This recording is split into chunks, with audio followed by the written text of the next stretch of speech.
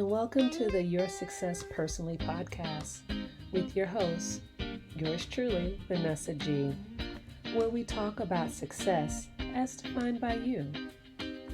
Here, we don't look at the playbook of others to bring you down. Instead, we are going to cover topics that pertain to how you, as an individual, can reach your goals and your potential. Don't look at others to define your success. You create it. Your rules, your way, and how you get there. Are you ready? Let's go. Hello, everyone. Welcome back to the Your Success Personally podcast with yours truly, Vanessa G. As promised in my first episode, I am excited for today. This will be the first of several episodes that I'm calling Profiles in Success. My premise and belief is that success is relative. What success looks like in the media doesn't have to define you and your success. It is somewhat distorted belief system and overarching views of success of a few people that tend to diminish the success that's going on right now in industries all around us and in people that are more relatable to you and I as opposed to the multi-millionaires. But they started somewhere as well. So without further delay, I am excited to introduce you to my guest and dear friend, Christopher L. Chaney, publisher of NV Magazine and chairman of the board for Connect, Safe Families, Peaceful Communities. So welcome and hello, Chris. How are you doing today? I'm doing well, Vanessa. Thank you for inviting me to participate in your podcast. Well, I am excited that you agreed to do this, and I don't want to take up too much of your time, so let's just jump right in, okay? Let's go for it. All right, so please give the listeners in your own words the definition of a calling. Then tell us about your own calling. I think your calling is just your purpose, and it's what resonates with your spirit. And it takes a lot to get to that point where you really are able to listen for who you are and who you are in the world. And my calling, I've got, and it evolves, really. It's not something that's static and where you have to say, well, this is who I am, but realize that who you are is going to change over time. And it's going to change as you encounter different opportunities on your path. So for me, I know that I'm about connecting people to their vision, and I want to elevate them on their path, their journey, and help them to move forward. I also am someone who champions people, and I love telling great stories, as well as safeguarding the lives of people, and this falls into what I do as chair of Connect, safeguarding the lives of people around interpersonal violence, domestic violence, and supporting family, as well as promoting gender justice. So that's a lot of the work of Connect, and for me, I'm a steward for the organization, and I just look to make sure that they have the tools to do the actual work in communities all over New York City to support that effort. Yeah, and thank you for that. I 100% agree with you on your definition of calling as being one's purpose. And I think a lot of times when people are up and coming, I wonder what exactly are they looking at? Are they looking at what makes their heart sing, or are they looking at the dollars, And so being able to kind of tap in and see where your own self is at, self-awareness in terms of purpose, and the fact that it is evolving, and what you might be at 20 could be totally different at 50, right? Definitely. And you have to balance it all out, because, the dollars are a significant part of the conversation. And I definitely know early on in life, in my 20s, it was definitely all about you're chasing the dollar. That was the first on the list. Like, does this make money? Does this make money? And I was focused on doing sales at the time. I was doing advertising sales, early in my career. So it was all about, getting this check in. And it took time to get into, having conversations where you weren't driven, your total motive wasn't about money. Like, your conversation wasn't based on, what do I have to say to get this deal done? Because in that conversation, you're just selling your soul. Like, just whatever I got to say to make this happen. Right. Integrity be damned, Yeah. So, like, for me, it's like I had, with the magazine, with NZ Magazine, the New Mission in Business, we had cigarette ads early on. I hated having cigarette ads. I had my mother growing up chain smoked. I hated her smoking. And I was always like, Mom, do you know what this does to your lungs? Like, you're right. My mom too. Yeah. So, like, that was an issue. Like, and I had, my grandmother, had lung cancer. My great grandmother had lung cancer. So, like, I really knew this is what could cause. Right. But at the same time, I was like, like, one of these, one cigarette ad, basically can pay the rent. Because wow. they did 3-page ads. And why they did 3-page ads was 2 pages was the art, and 1 page was the warning of all the dangers of smoking. Yeah. And they had to legally put that in. So it was just this constant reminder of, like, yeah, you don't want to do this. But, so it was this kind of selling of the soul. Anytime that check came in, you kind of had to shake your head at it. But, like, at the same time, gave it to, like, well, these people are adults. They're making their own decision. Right. I'm not making that decision for them. So that was a way of just justifying it. But at the same time, it still felt like it took a little piece of me every time I did it. Wow. And, it took, moving forward in my career, you start, I think, to value your time and your energy more than money. So it's like, this is a great check around this, but am I really interested in that mission? That's not my mission. Do I want to give my time and energy to that? Because you really start to just value your time more. It's not disposable anymore. Right. And I think that's what it is, where you really start choosing powerfully where you want to spend your energy and who you want to be around. Right. So, I mean, early on for me, I, left corporate America, where I was working as a journalist.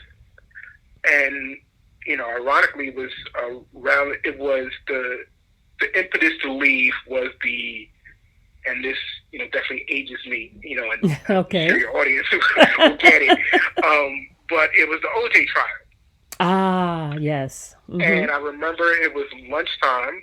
I'm in a corporation, working as a journalist. There's 15 different publications, and I'm probably one of, I want to say, 3 black men in the building who's not a security guard, right? So, just to give you the picture. Right. And the OJ verdict drops at lunchtime.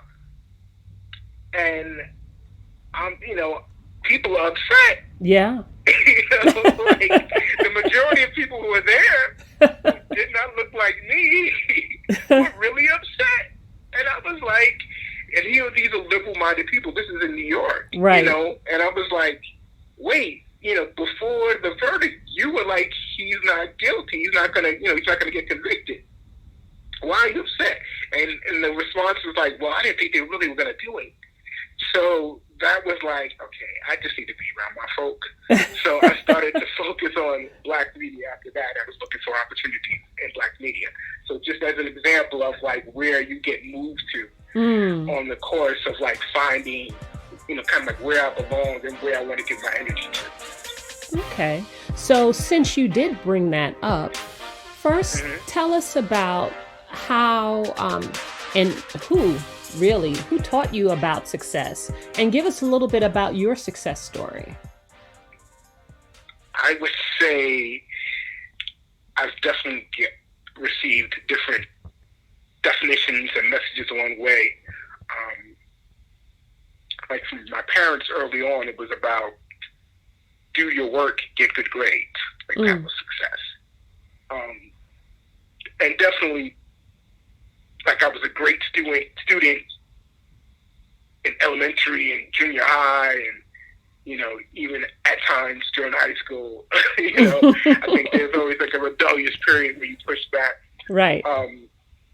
But definitely, good grades was like the driver of this is what success looks like. It's all about good grades when you're a kid, and with the understanding that these good grades are going to propel you to have, and then it's creating what that have looks like. And as a kid, it's like I'm gonna have a big house, and I'm gonna have cars, and like whatever that dream becomes from your childhood. Mm-hmm. So that was the big driver: get good grades, get good grades, get good grades. And I did that, and really, having good grades did provide opportunities for me as a kid, where I was in special programs, and I did well on the citywide tests, so I was considered like a smart kid, and that allowed me to get like advanced learning. So I was a part of the Bronx. And I don't know they still have it, but they had something called the Fieldston Enrichment Program. Okay. And what that did is during the summertime and during weekends, you got advanced learning at one of the top private schools in New York City. What it really opened me up to is that there was differences of privilege. Yes. Early on. So now here I was taking a bus for like an hour to go to another part of the Bronx, where you have to go into Manhattan to go back to the Bronx, right? And this is the Riverdale section of the Bronx. And most kids from the Bronx may have never been to Riverdale, but Riverdale has some of the most high-income homes in New York City. That's like, right. Literally, mansions are there. That's and right. You walk around the neighborhood and they're gated, and you're like, wow, what is this? Because I'm a kid who grew up in the projects. So I'm like, are we still in New York City? Like, where are we? Are we still in the Bronx? Like, it was like, wait a second, this is not the Bronx. And then to walk on the campus of a school that had an Olympic-sized pool. And that's where I learned how to swim. And it had cafeterias, a cafeteria with silverware. Like, it was like, what is this food? And they had, like, separate buildings. Like, oh, you're going to the computer lab building. Like, a whole building with computers, as opposed to, like, my school, there was one computer, like it might have been in the principal's office, right. That. Like, culture shock, right? You didn't get computers into junior high school, and that was like, that was only for the remedial kids, so they could do reading on the computer. Like, what? Wait, we're the advanced kids, we can't get computers. Like, no computer time for you. Like, I don't understand. So, just unlimited resources. Yes. And then we would take trips and, go to lakes and whatever. It was like, wow, like, this is amazing.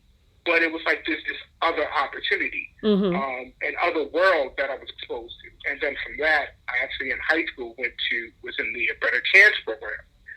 So through the Better Chance program, I went to one of the top academic schools, high schools in the nation, which was interesting because what was interesting came, one, in going there, but then in leaving there was more of impact because I really, again, got to see differences. One, going there, it was weird, and the culture shock of you're in the suburbs. It was in the suburbs of Philadelphia. Actually, it's the same school that after me, Kobe Bryant, the late great Kobe Bryant, attended. So it's Lower Merion High School. Oh, wow.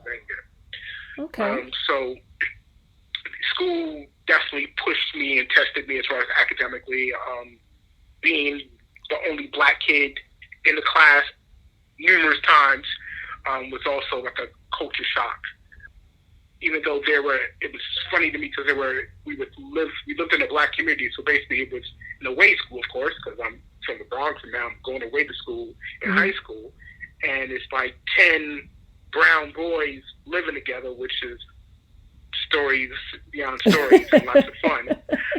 I bet. But all of us from different cities, Newark, Chicago, all of us from the inner city, and we would get on the bus in the morning with a bunch of brown kids born and raised in that area. But when we went to our classes, they all like disappeared.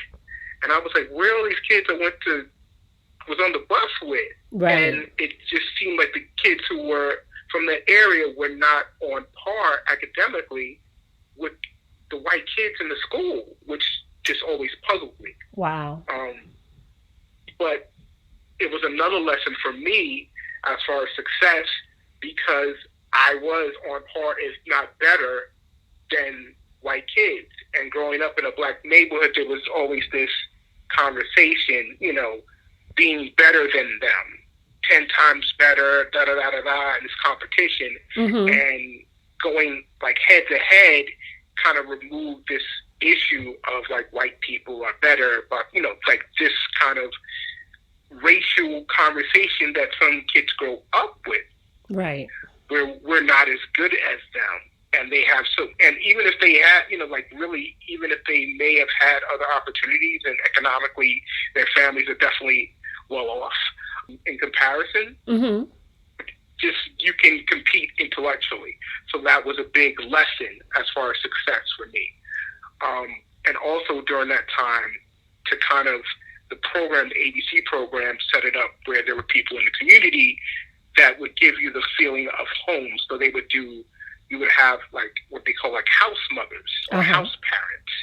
And you would go to their homes, these people's homes, for like Sunday dinner to kind of give you like a comfort of home. And that would happen like probably once, maybe a couple times a month, or maybe once a month, something like that. So I was really a lucky person back then, and my house mom turned out to be Patti Labelle. Yes, that's right. And I've only seen her on Broadway, but you've had the wonderful opportunity of being in her home. Yeah, which was like just shocking. From her husband at the time picking me up in the BMW and driving me to the house, and she greeting me in like a long t-shirt. Her hair was being done at the time. She had pink, rabbit, floppy slippers on, and was just like, just call me Patty. And I was like, okay. And then being in her lovely home where basically her closet, her wardrobe, where she had like a vanity, I remember she had her vanity and, makeup table and everything, but it was the size of my bedroom, back in the projects. And I was just like, wow. Yeah. So I got to see another level of success, but I got to see like this brown people success. Like, yes. Wow, like, so that was an amazing thing to see, but also it also made it attainable. Like, okay, I can have this, though I'm not going to become a singer, but this is attainable. Right. Because it was the first time, I met, a black person who was wealthy, and I was like, wow, like this, look at this, so these were like lessons as far as kind of knocking down walls, because growing up in a, neighborhood where, I wouldn't say we weren't poor, but we were like middle poor, Okay. Like we were middle class, but we were middle poor, because like there was like, down the block, those are really poor kids. Yeah. Yes, I got you. Like, in our neighborhood, we were like the rich kids of the poor kids. Right, right. Like, people actually got new sneakers, keeping up with fashion. When they would go to summer camp. Yes. Then the dude ranches, stuff like that. We're like, people got, who got HBO? Like back then, it was, a couple of people in the building who you could go hang out with. Yeah, exactly. Your friends just for the HBO. Like, that was another form of success. Like, they got HBO. Right, right. They got a VCR. Like, what? So all these little markers of success, and definitely stuff tied into the material as you're growing up. You see success have materially. Right. And I think when you get older, you see success with what you have, more so what you have spiritually. Exactly. And though there may be some who differ and still chase the material, but you see that there's a certain shallowness equated to how they may exist in the world. Right. Wow. And so propel us into preparing to leave college and looking into, that first job out of college in your field, because you started out as a journalist. Yeah. So in college, it was kind of like it was automatic in that I had an internship, and it basically helped me pay for tuition, because I paid for tuition myself. So, it was the summer internship that I had for like 3 years. So just transition out of it and work at the place as a freelancer, it just made sense. So I think one of the coolest times working there, besides, my first internship, it was a test to my talents in journalism, because I was writing about the electronics industry, and I would write about everything that goes inside of a computer. And there were, I was writing about the motherboard, and I was writing about the heat sink device, and I was writing about things I didn't know what they were. Like I was like, what the hell? And this is, of course, pre-Google. Right. I couldn't just Google it. It's like, all right, let's just Google it, find out what it is. I literally had to see it. So I was like, oh, let me talk to, can I meet someone? Like, I need to see the motherboard. I need somebody to pull it out. I can see these different devices. Like the heat sink device is this piece of rubber that sits on top of the CPU, the central processing chip, and raises the heat so your computer doesn't overheat. Now you are dating yourself, but go ahead. Yeah. So basically it works in conjunction with the fan to make sure your computer doesn't blow up. I was like, okay. But I had to literally see it to understand what it was, and then attach that there's an industry that all they do is develop that one product and they're making millions of dollars.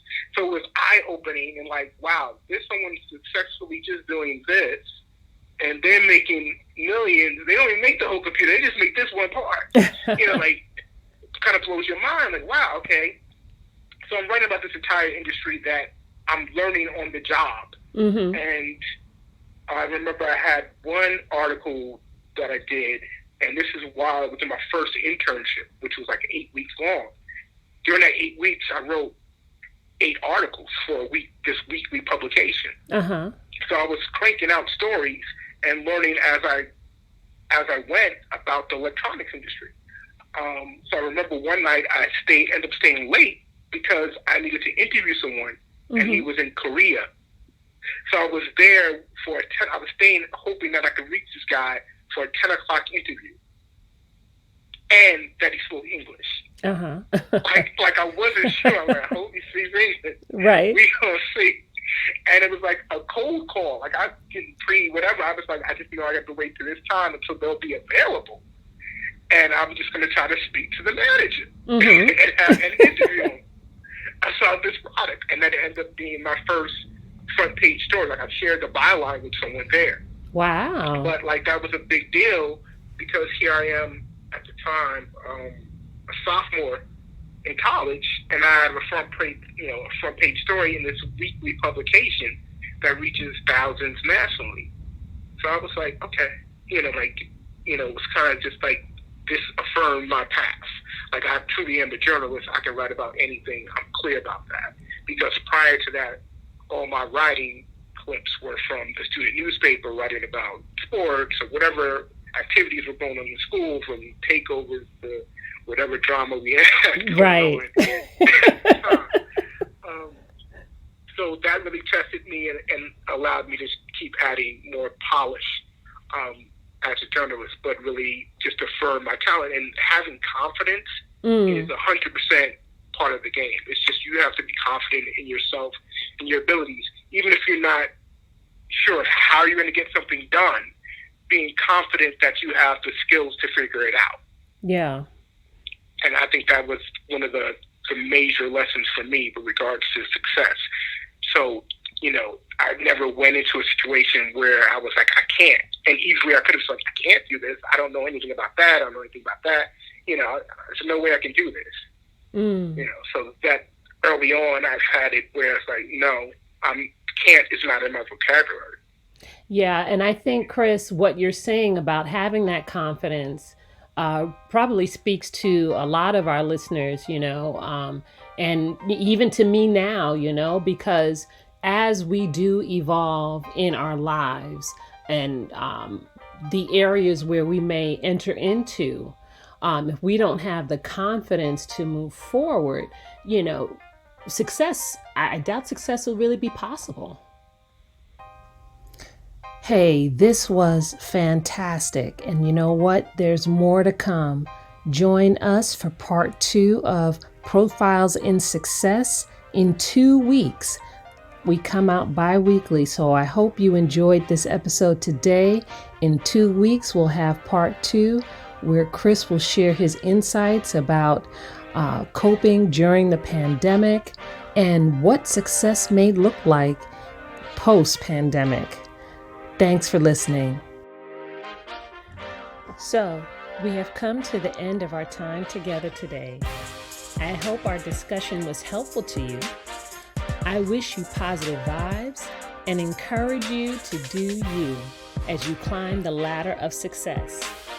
If you're feeling this episode, don't forget to give me a great rating. If you're really loving this, please subscribe and join the success journey.